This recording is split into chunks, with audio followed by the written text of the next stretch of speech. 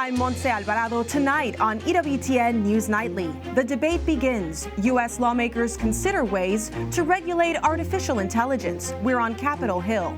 Fighting for the faithful, an inside look at the Supreme Court's decisions regarding religious freedom. And leaving the church, analysis of a troubling trend in Germany. And good night. UK politician Rees Mogg tells us how his work is inspired by his Catholic faith. These stories and more tonight. From EWTN, the Global Catholic Network, this is EWTN News Nightly. Thank you for being with us on the Feast of St. Maria Goretti. I'm Montse Alvarado in for Tracy Sable. Our top story tonight. U.S. lawmakers have a rapidly developing technology issue to deal with, artificial intelligence, or AI.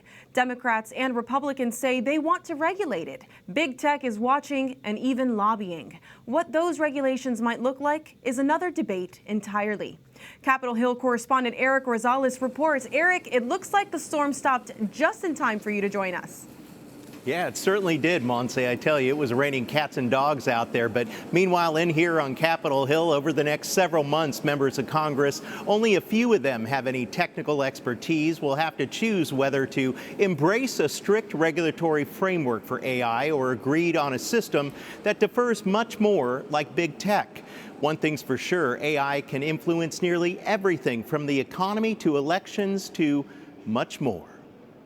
My safe innovation framework calls for certain guidelines, guardrails rather, for security, accountability, protecting our foundations, and lastly, explainability. Senate Majority Leader Chuck Schumer launched a major push on AI regulation late last month, promising his colleagues hearings that will bring some of the top AI experts to Washington and eventually lead to the creation of draft legislation. At least on artificial intelligence, we've got an understanding that we've got to put some guardrails in place, sooner than later. This is moving at a rate, as a former technology guy, that I've never seen in any previous effort. But AI corporations are pouring millions into a lobbying spree, arguing only for regulations that will prevent the technology from posing a threat to humans.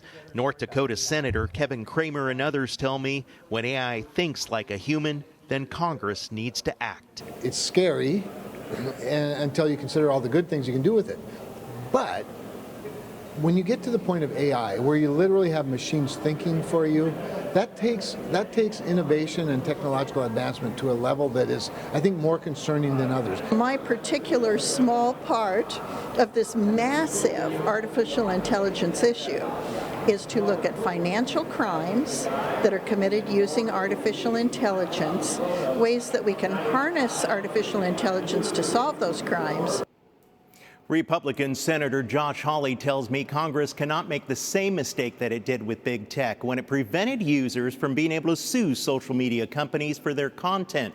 The Vatican is even posed in and set ethical principles, guidelines for the development of AI, such as there must be accountability, someone who has to take responsibility for whatever the machine does. At the Capitol, Eric Rosales, EWTN News Nightly.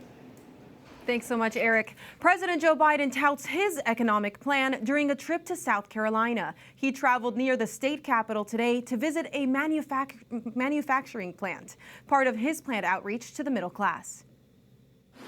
Our plan is working. And one of the things I'm proud of is that it's working everywhere, not just in the coast and big cities like previous recoveries. This time, investment is working in factories being built and jobs being created, happening in rural America, the heartland, all across America. President Biden says his policies are helping Republicans and Democrats. But Republicans say Bidenomics is hurting the middle class by cutting the average wealth of those families by $33,000 in just the last year. Our disgraced president has wasted trillions of taxpayer dollars in less than 3 years, causing uncontrolled inflation that is crushing working families. Former President Donald Trump recently released a campaign video saying it's vital to rein in President Biden's wasteful spending. Real Clear Politics shows a potential general election matchup between Trump and Biden is nearly even, with former President Trump less than a point ahead. A vote in Ohio on whether to add abortion to the state constitution appears set for the coming months. This after abortion supporters submitted nearly double the petition signatures needed to include the measure on the ballot this fall. Pro-lifers say many of those signatures came from people who were paid.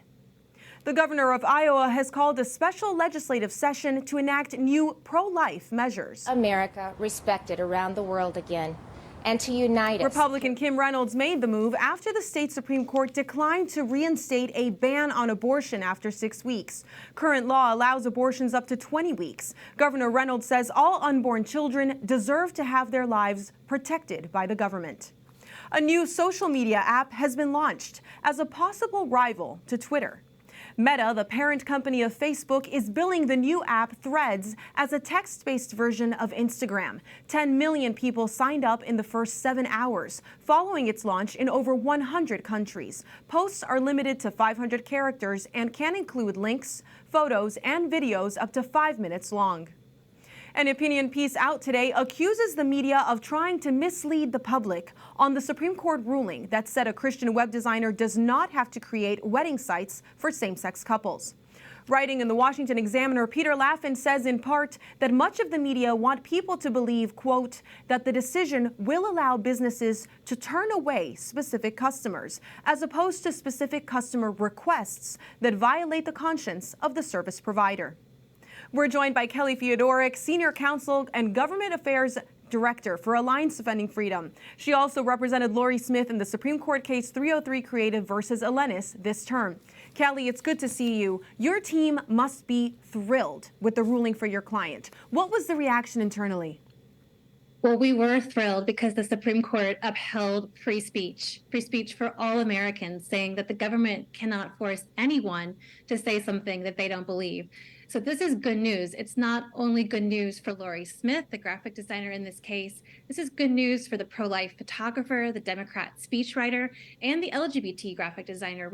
Regardless of what your beliefs might be, this decision is truly remarkable and exciting for all of us, upholding that free speech is for everyone. Now, Kellie, it seems that enthusiasm was not shared by many in the mainstream media and elsewhere. Are you seeing distortions of the impact of this decision? Absolutely. There's been a really disheartening attempt to discredit this decision, to delegitimize the Supreme Court and our client. But let me be very, very clear. This decision upholds the free speech rights for everyone. Lorie will continue to, as she always have, serve everyone, including those who identify as LGBT. And non-discrimination principles remain firmly in place under this court's decision. The court said that people will continue to have access to goods and services, and they will also continue to be able to speak consistent with the core of who they are. That's good news for everyone, despite these really unbelievable attempts to discredit this incredible decision. Now, those attempts also include criticisms of your client and the facts of the case over whether a same-sex person or couple had actually reached out to her asking for these services. What do you make of these claims, and how do you respond? Well, they're disgusting, really, in terms of them trying to perpetrate lies about what's going on in this case. Lorie stipulated to the fact, she said under threat of perjury, that she did receive this request. She had every reason to believe the request was genuine. And the bigger point, though, Monsi, that people are forgetting is that whether she was being baited by this request or whether it was genuine, this was a pre-enforcement challenge. So the request didn't matter at all to the underlying facts of the case. And the 10th Circuit and the Supreme Court didn't even rely on this. They said that she had standing. They said that she was suffering harm. And so the decision in this case still stands, and it's really disheartening to see these attempts to undermine, and it really shows an ignorance of the facts and an ignorance of what a pre-enforcement challenge is all about. Absolutely. Well, those are big legal words, pre-enforcement challenges, so I can tell how it could be confusing, but there's lasting impact with this ruling and with challenges like this. What has the court said about the kinds of protections that Christians do have, and actually all Americans have, with this decision?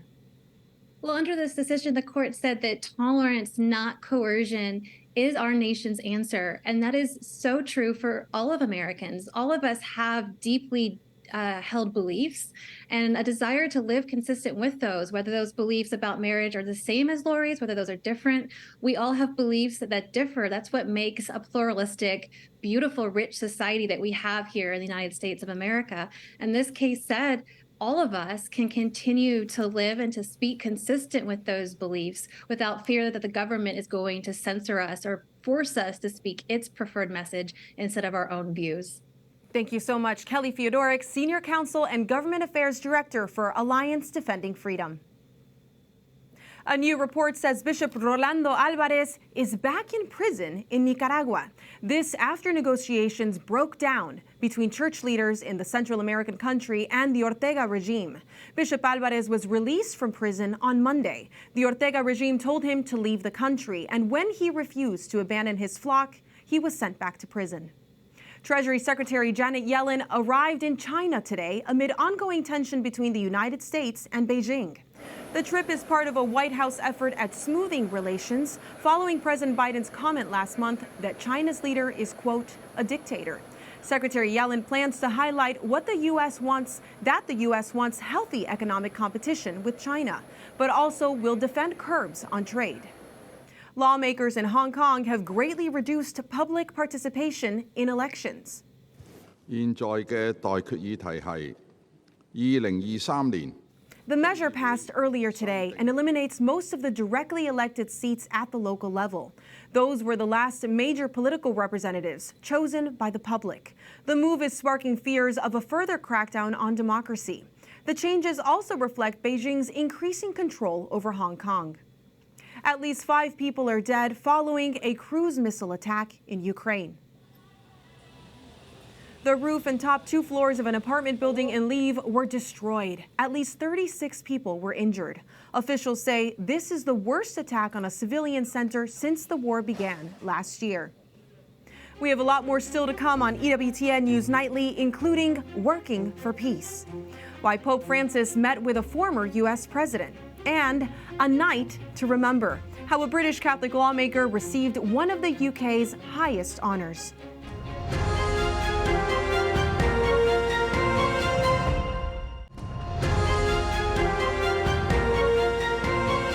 Pope Francis met yesterday with former President Bill Clinton at the Vatican. The two exchanged gifts in a private meeting. Former President Clinton also gave the Holy Father a handwritten note and thanked him for all he has done for the Church and the world. Alex Soros of the Open Society Foundation was also in attendance. The Vatican has released the schedule for the Holy Father's upcoming trip to Mongolia. The Holy Father will visit the president of the East Asian nation. He also will greet bishops, priests, and missionaries, celebrate Mass in a sports arena, and inaugurate the House of Mercy Charity Center. This will be Pope Francis's 43rd apostolic journey, and he will be the first pope to visit Mongolia. As we reported last week, more than 500,000 baptized Catholics left the church in Germany last year. The number is nearly double of the 270,000 who left the church in 2020. There are nearly 21 million people in Germany who officially identify as Catholic. And now we go to Rudolf Gehrig, Vatican correspondent for CNA Deutsch. Rudolf, it's so great to see you. Let's talk about the German church. Why has this number of people leaving the church in Germany nearly doubled since 2020? And how statistically significant is that 500,000 number? Yeah, the church in Germany is one of the most important employers still and plays a major role in society. But that should not obscure the fact that more and more Catholics are becoming alienated from the church. Already 2 years ago, a survey revealed that 1 in 3 Catholics is seriously considering leaving the church. So there's no end in sight to this mass exodus for the time being. And the actual church is much smaller than reported, with people who register as Catholics not actually being practicing Catholics. But are there other Christian denominations experiencing similar effects? Yeah, there are preliminary statistics that a total of 380,000 people left the Protestant church in 2022. So the Protestant church in Germany currently has 19.2 million members, the Catholic church around 21 million. So the problems and the numbers are relatively similar, even though the Catholic Church is, of course, particularly in the media spotlight. Yes, actually a crisis of faith in the country. How are church leaders in Germany then reacting to these numbers? Is anything being done? Yeah, the number of people leaving the church has almost doubled since the beginning of the synodal way. It therefore seems absurd that the president of the German Bishops' Conference, Bishop Georg Betzing, declared these statistics showed that the decisions of the German synodal way must continue to be implemented and, quote, filled with life. However, the controversial synodal way was not necessarily the only motive for leaving. An earlier study says older people in particular cited the church's handling of the abuse crisis as a reason for leaving. For younger people, the payment of church taxes is the main reason for turning their backs on the church. Their relationship between the church and the government. And of course, Pope Francis has condemned the synodal way for its ideological colonization. Tell me, is there any good news in this report from Germany? Yeah, some bishops learned a lesson and are going back to the roots. To cite just one example, Bishop Stefan Oster of Passau hosted a congress on Eucharistic adoration a few weeks ago in Bavaria with theological talks, with worship and the opportunity to go to confession. On site and through the live streams, all put together, more than 10,000 young people participated. Actions like these, which put Christ and his message back at the center, show young people that they and their thirst for God are being taken seriously. And I think that brings people back to church. Well, switching gears a little bit now, tomorrow we're expecting the Vatican to release the participants in the upcoming Synod on Synodality in Rome in October. What can you tell us? Yeah, Pope Francis has the idea that the Synod of Synodality should be different from, for example, the synodal way in Germany. So even at the presentation of the working paper here in Rome 2 weeks ago, high-ranking representatives of the World Synod said that the German synodal way was not a model for them. So the Synod on Synodality decided by Pope Francis should explicitly have a different character than a synodal way in Germany, which has caused so much division. So what we are expecting are new ideas to bring the gospel back to the people. And we'll be looking to see who actually is chosen to form part of this important working group. Thank you so much, Rudolf. Up next on EWTN News Nightly, high honors, how a leading lawmaker in the UK relies on his Catholic faith. Plus, Pope Francis offers a special message for the elderly. We'll explain.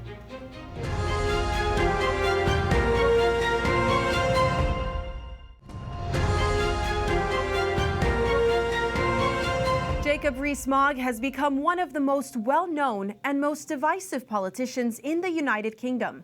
One thing that has characterized his life in politics is his Catholic faith. And he was recently awarded with a knighthood, one of the highest honors in the UK. EWTN News Vatican Correspondent Colm Flynn has more. Sir Jacob Rees Mogg, it is great to meet you and thank you for doing this interview. No, it's an absolute pleasure and thank you for inviting me. You have just been awarded a knighthood for 40 years of service to political life here in the United Kingdom, a kind of departing gift from Boris Johnson. What was it like to receive that? Well, it was very unexpected. Boris rang me up some months ago and said he was doing his dissolution honours and would I like a knighthood? And I said, oh, how extremely kind of you, thank you very much. It was characteristic of Boris to be kind and generous to his supporters. Now, we are here today interviewing you for EWTN because of your strong Catholic faith.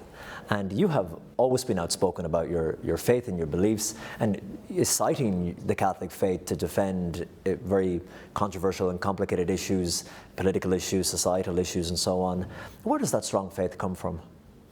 Oh, it comes from my father via his mother, who was Irish-American and brought up with a very strong Catholic faith. And say that because some people are quite surprised that somebody who appears to be as English as I am isn't an Anglican, but yes, is in fact a good solid papist. And that's through my father and, as I say, his mother. Growing up, of course, when you're a child, it's cultural, it's what you do on Sundays, it's just part of the family life. When did you start to think about it more seriously and more in depth? Well, when I was a child, I didn't enjoy going to church. Really? As my children don't always enjoy that, you know, staying at home and playing was rather more fun than going off to Mass. But I've been very lucky. I've never not believed it to be the truth. and that the teaching of the Catholic Church is the truth. And therefore, as I've got older, it's become more important to make sure that one fulfills one's obligations to the Church. That steadfastness, where does that come from when we look at religion, all religions kind of declining in the Western world? And everywhere you look, the noises that it's old-fashioned, it's outdated, we don't need it anymore. But it's what St. Paul says. If Christ raised from the dead, then it is true. If Christ didn't rise from the dead, we're all wasting our time. And I've never doubted that Christ raised from the dead. I can think back to going to the Good Friday liturgy, and really when I was very little, being absolutely convinced of the truth of what was being revealed, and everything flows from that. So you take transubstantiation, which lots of Catholics fret about, and can that really be happening? Well, yes, because if Christ rose from the dead, the miracle of turning bread into the body of Christ in its inner substance is not difficult. Everything depends upon the resurrection. But you understand it on an intellectual level, or you feel it like inside, in your inner being, in your soul? I think faith comes first, and then you look at the history of the Church and the intellectual development of the Church. And why do I find it easy to accept the teaching of the Church on matters of faith and morals, where the area where the Church is infallible according to Vatican I? Well, because the best thinkers of the last 2,000 years have devoted themselves to working through what the Church thinks, how it understands what has been revealed to it. Who am I to compete with that? In political life, how does your Catholic faith influence you? Well, I'm very lucky. I think being a Catholic makes political life much easier, because there is an authoritative body of teaching that I can point to if I'm asked about the moral questions, which are in British politics a free vote. And so if somebody says to me, what is your view on abortion, for example, I can say, well, the teaching of the Church is, and I accept that as a Catholic. And why is this helpful? Well, it means that if people want to challenge my view, which of course they're entitled to do, and they do, they're not just challenging me, they're challenging the authority of the Church, which is a much greater authority than I could possibly have. And we thank Colm Flynn for that interview and witness of faith. Finally, tonight, Pope Francis is offering a little incentive this month to visit our grandparents or the elderly. In anticipation of Grandparents' Day on July 23rd, the Holy Father says a plenary indulgence will be offered for those who visit the elderly, especially those who are sick, disabled, or abandoned.